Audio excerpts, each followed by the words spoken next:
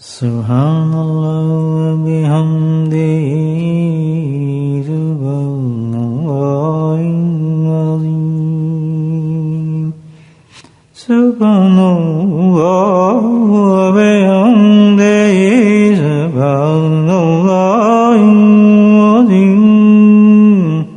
Subhanallah wa bihamdihi subhanallahil.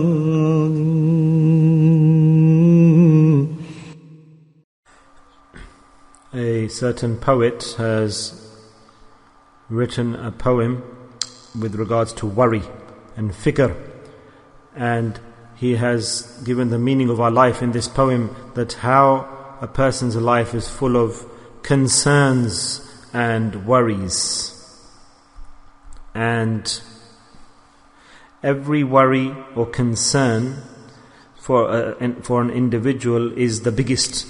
Yani, in other words, for me, all my issues or worries or concerns will be the biggest and most important, and another person will have his own worries and issues and concerns. And when somebody tells me about his problems, I'll say, your problems are nothing, mine are worse. I've got more problems than you, severe issues. And the other person will say, no, my problems and issues are severe. So everybody thinks upon his own platform, but in reality these are all deception. All the worries and concerns are deception, and they are a waste. They are all whispering of shaitan that takes us away from our objective.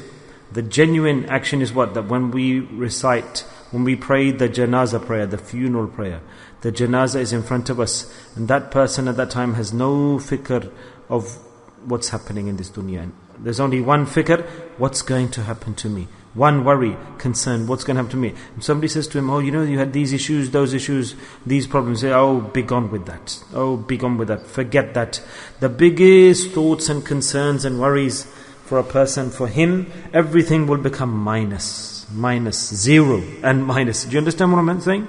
The deceased person will say, you mad people, what worries and issues of the world are you talking about? That was all a dream.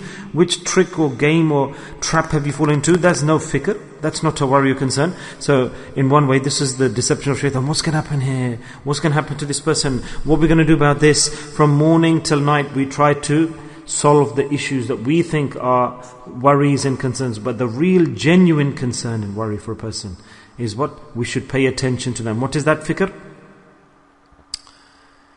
Not maut. Death is going to come. Kullu nafsin dhaikatal maut. Everybody's going to pass away. Zayd and Bakr and John and Paul. Everybody has to pass away. Isn't it? Maut is there. Death is there. Nobody can stop death. But what's the difference here in the thought about the genuine concern for the person of Iman? Everybody knows that maut is going to come, death. Which religion or belief or ideology says there's no death? Everybody knows death is there. That's a common issue, a common factor. But what's the difference between a person who really believes with conviction and that person who doesn't care? Not maut. Maut is a common factor across everybody in every sphere, everywhere you go. So what is the fikr that we should have? Eating, drinking, standing, sitting, illness, issues, everybody has these things. But there's one fikr that we should have. Proper, genuine, deep. But we are negligent on this fikr and worry and concern. All our life passes in wasteful activities and actions. We don't do fikr on this one point. And what is that worry, concern? What is that concern? That death should come with iman. This is the fikr, the worry, the concern for a mu'min, for a believer. What is it? That I need to pass away with iman. That's the biggest concern, a biggest factor, and a severe factor. A severe factor. And nobody can trust this point or guarantee. Ghaus, Qutb, Abdal, Imam, Malik, Hanafi, Shafi, Maliki, Hanbali, whatever. Sahabi, Tabi, Tabi'in, Taba Tabi'in, Hazrat Abu Bakr Siddiq, Hazrat Uthman, Hazrat Ali, Hazrat Umar radiyallahu. All of these companions, great companions, personalities, all the examples we give, we have no guarantee. But look at our hal, we have no fikr. So if this fikr revives in ourselves, then all other worries and issues and concerns will be suppressed and diminished. This is a big worry and concern. If we can't solve this concern and this issue, this worry with these breaths that are passing in our life, then remember that our faces explain that how far we have come from the world and how close we are to the grave. that tomorrow, yesterday those people who were with us, close to us there, for example, people got married, and then after marriage, one grey hair comes out, then the next grey hair comes out, then the white hairs come out, then all the hairs are white, and the body becomes weak, and then retirement papers are prepared. And on the other side, the visa for the grave is stamped and issued. And this is the history, and this is the life, this is the reality. With speed, this is occurring. With speed, this is occurring. With a lot of speed. So we need to wake up. We need to wake up. We have to become alert. There's time. There's time. Before that time comes, that is too late. And we need to have concern and worry that somehow I need to die with Iman. When a person has this fikr and worry, then he gets up, he's alert. He doesn't sleep at night. What's depression? Depression is fikr, worry.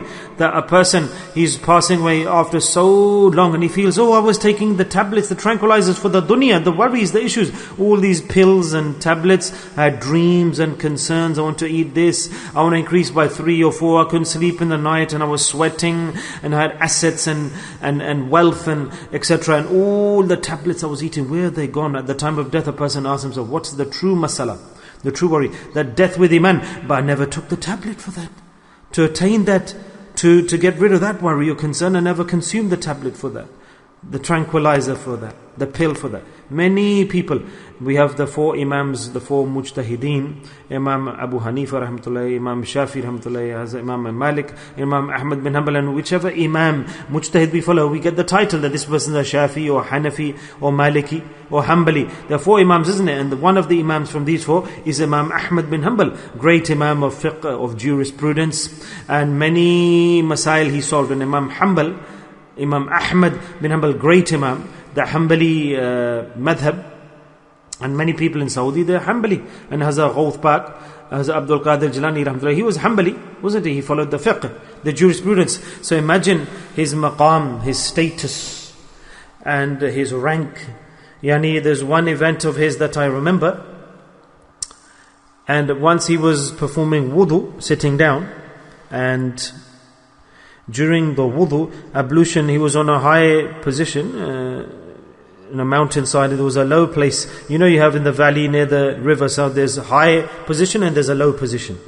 And he was sitting down doing wudu, and from the height there was a person doing wudu high up, and he saw the Imam is sitting. The wali of Allah, the Shaykh, the pious person, is sitting. And he thought, this is disrespect. I'm doing wudu high up and he's doing wudu low down. With this adab and respect, he got up from his position and he came down and did wudu at a lower place. So for us, this is nothing. What is this insignificant? This is not adab, this is not manners. We don't accept this. We don't understand this as adab, as manners. But to Allah subhanahu wa ta'ala, this is something significant. He had adab, he had manners for a pious person. So then he passed away, that man who had the adab respect. When he passed away, he saw that person in Jannah. He said, how did you reach into Jannah? What was your amal, your action? He said, I had no deeds, I had nothing special, but there was a wali of Allah, a Shaykh, pious, and I respected him. And Allah Ta'ala said, due to your respect, I'm giving you Jannah, paradise. These are examples, nothing major in our eyes, but look at the result, the consequence. So to have respect and have significance and importance, respect for the wali Allah, then imagine the maqam, the status of the wali himself. Will he have any worry? We say, what worry will he have? A ghaus, what fikr should he have? An abdal, or a wali of Allah, what fikr or worry should he have? What worry should this person have? That he's forgiven, he's going to have no issues. But in reality, this fikr has made that person a ghaus. This worry has made that person a wali Allah. And this fikr, this concern has given him those maqams and status, and a person who doesn't have fikr cannot become that person. You don't understand what I'm saying? That the more fikr, worry you have concern, the higher will become your rank and status. And the highest fikr, the highest rank of worry, that was in the Sahaba Ikram, the noble companions radiyallahu anhum. They possessed the most highest and strongest fikr and concern. We don't have that. Look at the good news that they attained, but they weren't worried about the good news. They weren't reliant on the good news. They had fikr. They didn't even trust themselves. He comes out of himself. He says, ذَلِكَ فَضْلُ اللَّهِ يُؤْتِيهِ مَن يَشَاءُ. Then he is pointing towards Allah Ta'ala. Today I remember my Hazrat Nur Allah Marqada rahmatullahi upon this point, that never did I see in his life did he say, Allah have fadl on me. He always said He always said that, how do dua, may Allah Ta'ala have fadl on me, because I'm in a bad position, I'm in a severe position. And I thought, how can Hazrat Hussain this? That he's not making it up, he's not showing off, but it's not reality either. That he was, mashallah, wali of Allah, and he was close to Allah, but he had severe fikr for his death with Iman, that this took him to that point of doing dua and requesting Allah. We think, oh, the wali of Allah, he just sleeps with ease in the night, I'm forgiven, I'm a wali of Allah, I don't need to make any efforts or worry or concern. No, the walis of Allah have reached to such a height that they have such a high level of fikr and worry that Allah, what's going to happen to me? How am I going to pass away? Will I have Iman? Will I pass away with Iman? And people, thousands of people run after them, follow them, crying, taking the guidance. But the wali of Allah, he is worried about himself. That am I going to die with Iman? He has fikr and worry and concern severe. So this is what we need to develop. What will be our hal, brothers? The maut will come with a sudden jolt. Malakul Maut, he will come, the same Malakul Maut to everybody. The same Malakul Maut. So if he comes tomorrow to me or to you, what will we do? What will we do? Just think for a moment, reflect and ponder. Imam Ahmad bin Hanbal, Rahmatullah, Imam Ahmad bin Hanbal, radiyallahu anhu, rahmatullahi alayh. It was his final moments, and I heard this from my Hazrat, from my Sheikh.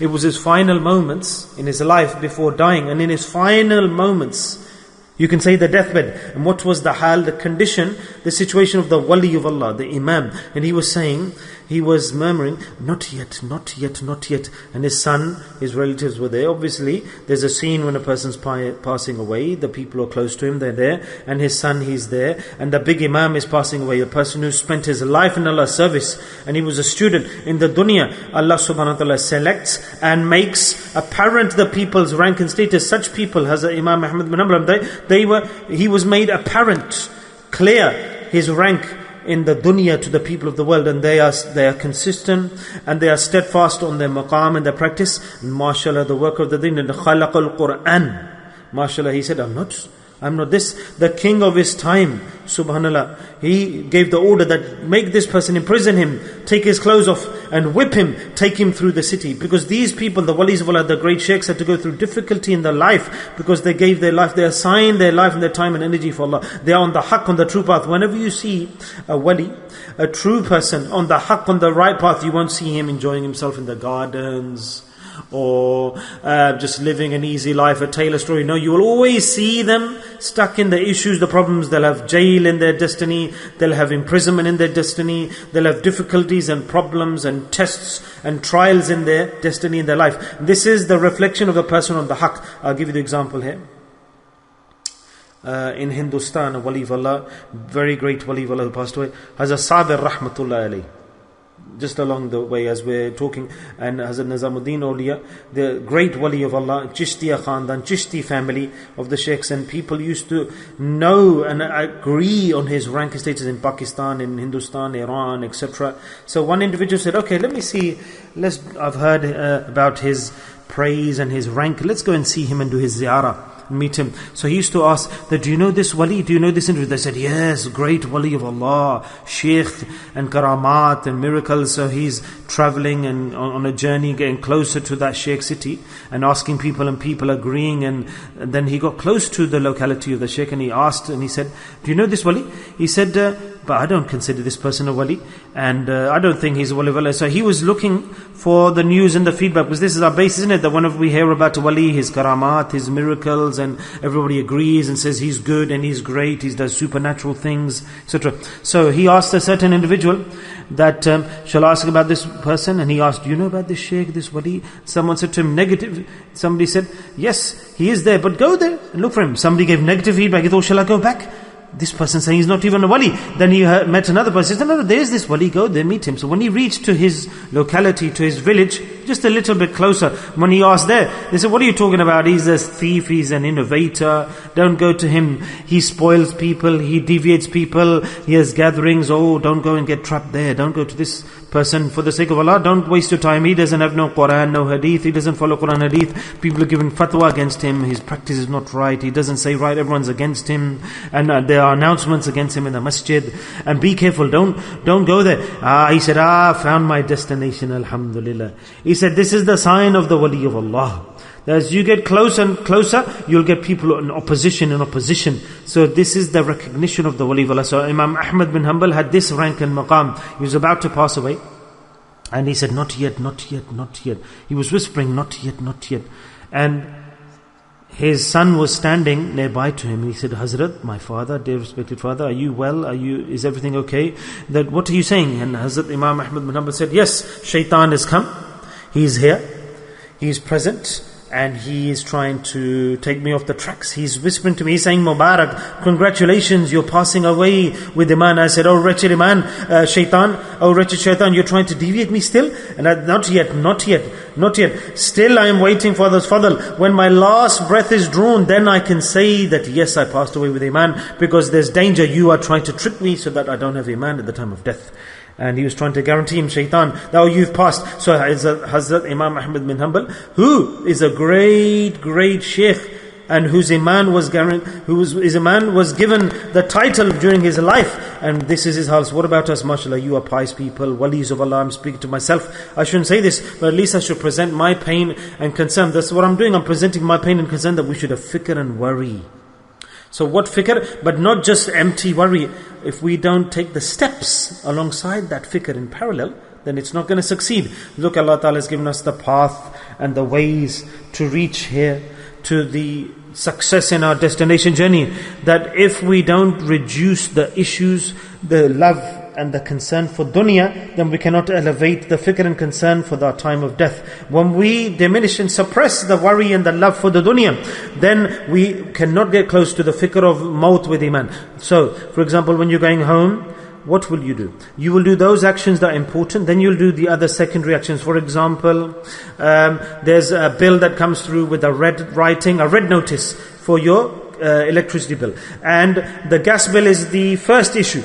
So the electricity bill is more severe. It's red. The writing's red. Final warning. So you'll pay the electricity bill first. So when in the day you fikr for the real thing, then you will carry out those actions first, and then carry out the other secondary and tertiary actions that are not as priority, that are not priority or not urgent. So here Allah Ta'ala has given us the understanding in the Quran and the Hadith, the preparation for death with iman. So we can prioritize it and practice on it more. And we should do dhikr of Allah in such abundance that our iman should become revived and fresh, day by day, hour by hour. So is this the fikr? That we're sitting here, just a few of us, and we don't know, we've come here to do dhikr for thawab. It's such an important action. If I give you examples, Hazrat Umar radiyallahu anhu, Hazrat Abu Darda radiyallahu anhu, great sahabi, great companion. Yani Hazrat Umar radhiyallahu anhu is walking, and Hazrat Abu Darda grabs his hand in the marketplace. He said, come, Umar, let's sit down and bring about iman, revive our iman. He said, revive our iman? Do I not have iman? He said, sit down with me. And he sat him down, Hazrat Umar down, and they started doing dhikr. Hazrat Umar radhiyallahu anhu went straight to Allah's Nabi sallallahu alaihi wasallam, said, Ya Rasulullah, come with a complaint. Abu Darda, he sat me down in the marketplace and said, come on, let's do dhikr of Allah and revive our iman. Do I not have iman? And Rasulullah said, Abu Darda is saying correct, totally correct. This is such an action. In every moment and second, it revives the iman. In every moment, as you're doing dhikr, what will you do? You will revive your iman. And you do dhikr in abundance. That the more you do dhikr in abundance, the more your fikr will increase. Test it out. That this is something automatic, like you have a machine, automatic, you press the button, you have a washing machine with the programs, today's technology, I'll explain to you with the meaning. You put the clothes into the washing machine, you close the door, you set the program, then when the program runs, it will heat the water, then it will cool the water, then washing powder will be brought via the compartment to the machine, then it will go through the rinse cycle and the spin cycle, etc. So there are buttons in the program, so our life passes in the same way. There are phases and cycles. So when we start the amal, the practice through which we'll attain the success at the time of death and thereafter, when you start those amal, then automatically your life will come into order and sequence, and people in the world are dispersed and following different priorities and different actions and running after different goals and ambitions. But there's very few people today with the genuine fikr of death with iman. As the time is going closer to Qiyamah, the fitna is increasing. You have kitabs, Quran, tafsir, and books full of hadith. I can tell you 10-15 hadith now with regards to this day and age. The fitan, the trials and the tests. First nowadays, before you have to look for the hadith, when will that time come? When will that come? But we are today in that generation where all the fitans and the severities close to the Day of Judgment are present and visible. But today there's no preparation for the death. If there is a little bit of preparation, he doesn't know why he's doing this action. What's the reason to do this action? So nowadays, this is the most important action, priority action, that we should grab it, which will protect our iman, so we can die with iman. We have no guarantee when maut will come. There's no trust, no guarantee, no reliance on just darkness. So we have to understand this hadith is, Ya ayyuhalladhina, the verse of Quran says, Ya ayyuhalladhina amanu dhkurullaha dhikran kathiran wa dhkurullaha kathiran la'allakum tuflihun. Can there be no bigger point than what the Quran is saying? What is tuflihun? Success. That your treasure chest will fill up and you'll get houses? No, you will depart from this world by saying iman, kalima on your tongue. So do dhikr in kathira, abundance. The objective when a person sits to do dhikr, remembers Allah, he goes to learn dhikr. He has a link with a person who does dhikr. There's no game. No gain, no clamor. We're not looking for thawab road. Is this not enough reward that we depart from the world with iman? We're following the tricks. Oh, I want thawab, I want the rank and the status. Brothers, the biggest reward is to depart this world with iman. And the person who doesn't grab this path, the Quran says, then person who doesn't remember Allah, Allah Ta'ala says, a person who remembers me will have success, but the person who leaves my dhikr, complains, then Allah Ta'ala says, I'll make his situation tight and severe. Is this not the verse of the Quran? No? Tell me. And how a person, he puts the padlocks on his heart, he follows the fitan, the sins, and he makes complaints, I'm not going to do dhikr, I ain't got time, it's not important. So the opposition to this is a person should do dhikr, kathir and kathira, so that fikr overwhelms us. Allah, how do I leave this world with iman? So the situations that are passing by in our life, they will continue. Life will continue. People who are coming, they're coming. People who are going, are going. Food, clothes, nourishment, success in the world, these will continue. These won't stop. Today, if your last breath is drawn and pulled out, I tell you, one day maybe will pass and the next day your shop will open again, even though you're not here anymore. I give you that guarantee. Your restaurant will open again. If you're not there, your brother will be standing there, your son will stand there. He said, oh, he's passed away, my dad, my brother, but we've got to carry on working. And people will be there. People will keep on coming. Will your shop close? No. Your shop will close, your shop of life will close, but the shop in the dunya will continue. The business will continue. That place where you used to sit, the desk, the chair, reclining chair, you sat and did the work in the office, suddenly another man will come to your chair and say, oh, he's gone. But after that, you think they won't work? The files will open, the message will be exchanged, but your file will have been transferred to another realm. Brothers, we have to think severely, deeply, do dhikr in abundance, do it regularly. These majalis, Allah Ta'ala gives us these broken down gatherings. Allah knows how long these gatherings will continue for, how long they will exist for. Allah knows best. But there's one objective we have. The walis of Allah have taught us to do dhikr of Allah. The objective behind this is what? To revive the iman. To strengthen iman, because the shaitan will try to attack and steal our iman. If we don't have dhikr in our surrounds, around us, then any time shaitan will attack our wujood, our bodies, our iman. Don't have conviction and guarantee on your deeds that this will give us success, because shaitan, who our avowed enemy, Allah Ta'ala says, not a scholar can beat shaitan. An imam cannot beat shaitan, or a person who teaches tajweed can't beat shaitan, a hafiz cannot beat shaitan, or an imam cannot beat shaitan, nor can a maulana beat shaitan. Nothing can. There's only one thing who can defeat shaitan, and that's the wali of Allah. Only one person, because he has dhikr of Allah as a tool with him, an assistance. He doesn't follow daleel or proofs, he does dhikr of Allah so much, he's immersed in Allah Ta'ala, and he doesn't seek daleel. Without daleel, he says, I don't need daleel, Allah is there, I believe in Allah, I have proper conviction and iman. Because shaitan, he can deceive you by becoming a scholar himself. He can come in the form of an hafid, but he cannot become a wali of Allah because he doesn't have dhikr in his action box. So, as I said, that this was what was lacking in shaitan, and that's why he became shaitan. So the walis of Allah, they take that path of dhikr. This is the route they take, forget all the other actions, ilm, I've got kitabs and hadith, these will carry on in parallel, but I'm not going to leave dhikr of Allah, I'm not going to leave this action of Allah Ta'ala's remembrance. That's why you see in our aqabreen, our elders, past predecessors, they had tasanif, thousands, but alongside that 80,000 per day ismizat, repetition of the dhikr of Allah. Hakimul Ummat rahmatullahi alayhi. Imagine his murids. They used to do 80,000 times a day Allah Ta'ala's name and repeat it in dhikr. Then imagine his situation as a Maghzub rahmatullahi alayhi. And he was a government officer, a collector, a tax collector, a big status in the world. And in that day and age, when it was the British government, the colony, a collector, tax collector for a Muslim to be in that position as a job. But when Hadhrat he came into his company, he became a fakir. And he carried on being the tax collector. But on top of that, overwhelmed him was what? The fakiri. The closeness to Allah. So should we do dhikr or not? So understand the maqsad, the objective of dhikr. But we fuss on this and complain, then shaitan will attack us. He will steal our iman. May Allah not allow this to happen. May Allah forgive. And we have to wait. We should wait until the last breath is drawn. Until that time, never feel I'm guaranteed and I've got iman. Imam Ahmad bin Hanbal Rahmatullah taught us that don't trust your fight against shaitan. He has many tools to his disposal, methods to his disposal. But if you become a wali of Allah and say Allah, Allah on that person whose tongue who recites Allah, Allah, Allah, then Rasulullah said that when you depart from the world, what should be on your tongue? Qulu la ilaha illallah. We should practice that.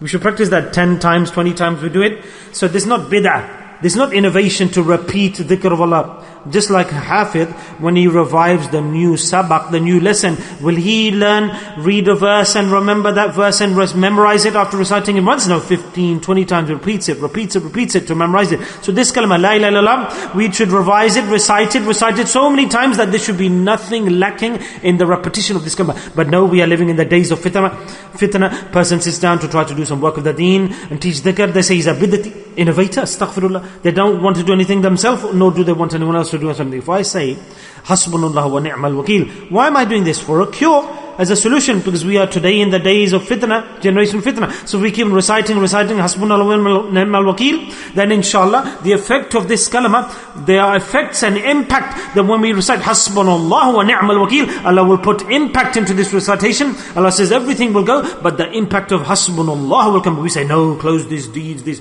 majalis, this is bid'ah, kufr, he's pointing people, teaching them wrong things. Is this justice, my brothers? Is this justice? They try to close down the majalis of dhikr. Think about this. Now, if we recite 15, 20 times more than that, Allah's name, Allah, Allah, Allah. If you say Allah once, but if you keep on saying Allah, Allah, Allah, Allah, then the light will come.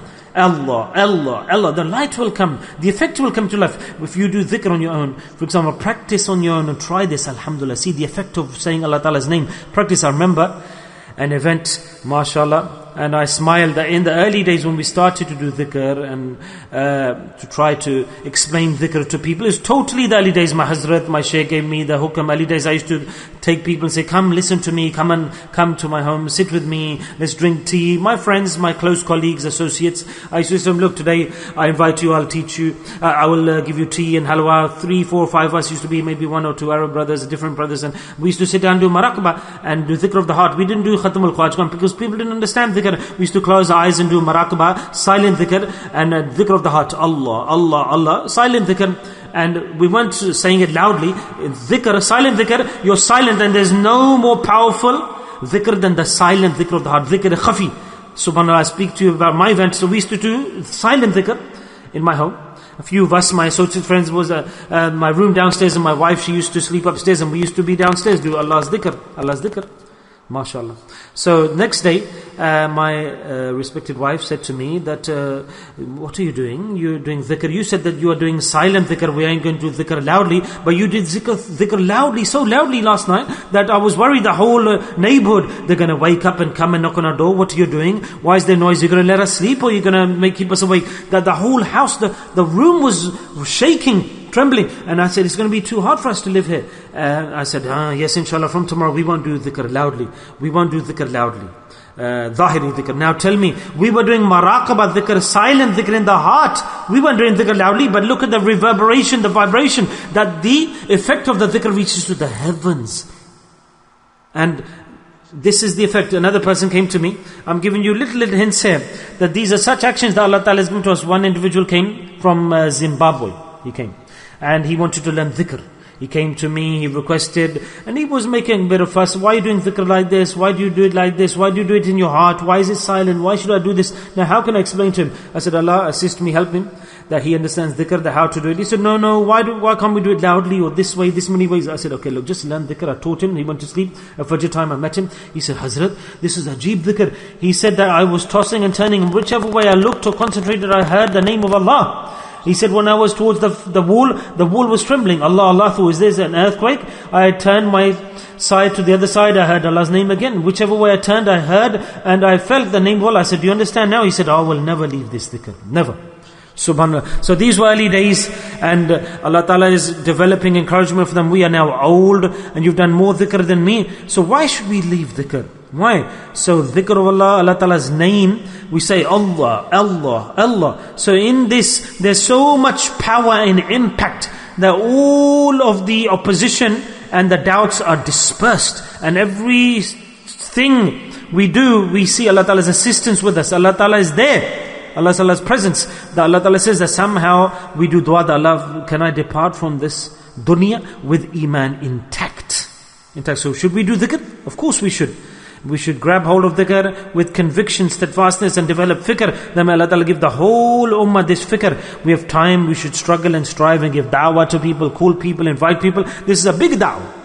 Big da'wah, that we call people to Allah, explain to people, dhikr of Allah, make your akhirah. If you want to develop your iman, remember this is essential, important, that do Allah Ta'ala's dhikr in abundance. So the dhikr you've been given, taught, don't be lazy, don't be negligent. Do this dhikr regularly with conviction and steadfastly. Don't be lazy. If you're lazy on this, then you are bringing about a bad effect on your mouth. If you do dhikr, it will be to your benefit. If you don't, then it's to your disadvantage. May Allah Ta'ala give us all tawfiq. Ameen.